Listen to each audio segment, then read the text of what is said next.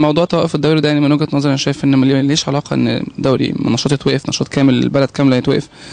دي يعني ما نربطش دي بدي. تقريبا المفروض ان احنا نشاطنا المفروض نكمله. طبعا حق الناس دي اول حاجه لازم تيجي طبعا، بس ده بعيد عن ده. يعني انا مش مهوقف الدوري بحق الناس كده جه. يعني انا مثلا لو ابني او اخويا مات ولقيت الدوري اتوقف انا كده مش هرتاح. لا طبعا، يعني دي مالهاش علاقه بدي. لازم نعرف مين الناس اللي تسببت في الكلام ده بعيدا عن توقف النشاط، لان ده طبعا يعني رجعنا طبعا برضو للسيناريو الثاني بتاع الفتره اللي فاتت، واكل عيش الناس ونوع طبعا الناس دي كلها عدد كبير جدا بيستفاد. احنا لعيبه كوره ماشي ما عندناش مشكله، في ناس غلابه جدا طبعا يعني هتتضرر من الموضوع ده. لازم نناقش موضوع عوده النشاط.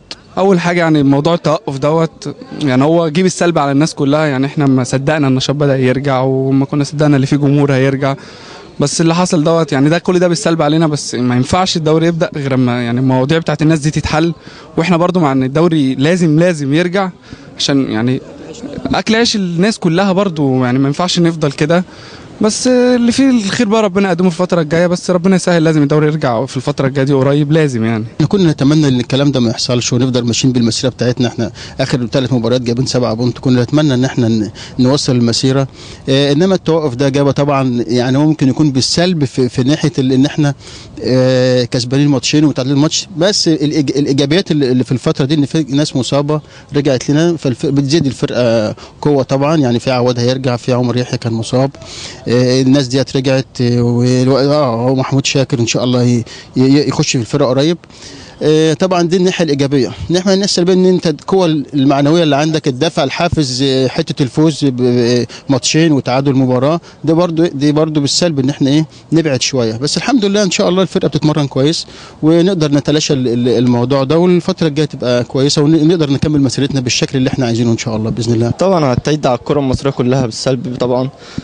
خلاص بدات الكره تدخل بقى في المنافسه، والفرقه بقت تبدا تركز الفتره اللي فاتت دي. كان حاجه كويسه ان شاء الله يعني الكره ترجع تاني بصوره كويسه. بس اللي حصل ده يعني شايف اللي هو هيأثر بالسلب على الكره المصريه كلها. فان شاء الله بتمنى الكره ترجع والناس ترجع في اسرع وقت، والناس تجي لها حقوقها القصاص ان شاء الله الفتره اللي جايه. ان شاء الله نتمنى ان شاء الله مصر ترجع زي الاول واحسن. في 6 مليون بني ادم اكل عيشهم الكوره، بعيد عن لعيبه الكوره يعني عمال، مراسلين، اي مجال الكوره 6 مليون، وصحفيين طبعا كل الناس. فحق الشهداء هيرجع بقانون، مش هيرجع بتوقف الدوري، لان ده كمان راجع على المنتخب بالسلب جدا. بقى لنا سنتين مش عارفين ندخل بطوله افريقيا اللي كنا بناخدها كل سنه. فزي ما انت شايف يعني اللعيبه طبعا احنا بنتمرن وجاهزين في اي وقت عوده الدوري، احنا جاهزين للموقف ده يعني ان شاء الله. بالنسبه لحراس المرمى اعتقد ان احنا الامور ماشيه كويس، سواء عواد، سواء احمد مسعود، احمد حسين، ابراهيم الجرايحي، الحمد لله بيأدوا شغل كويس، والحمد لله الامور ماشيه كويسه جدا. وانا بطمن الناس طبعا يعني بالنسبه لحراسه المرمى الحمد لله في اطمئنان كبير بالنسبه للحراسه.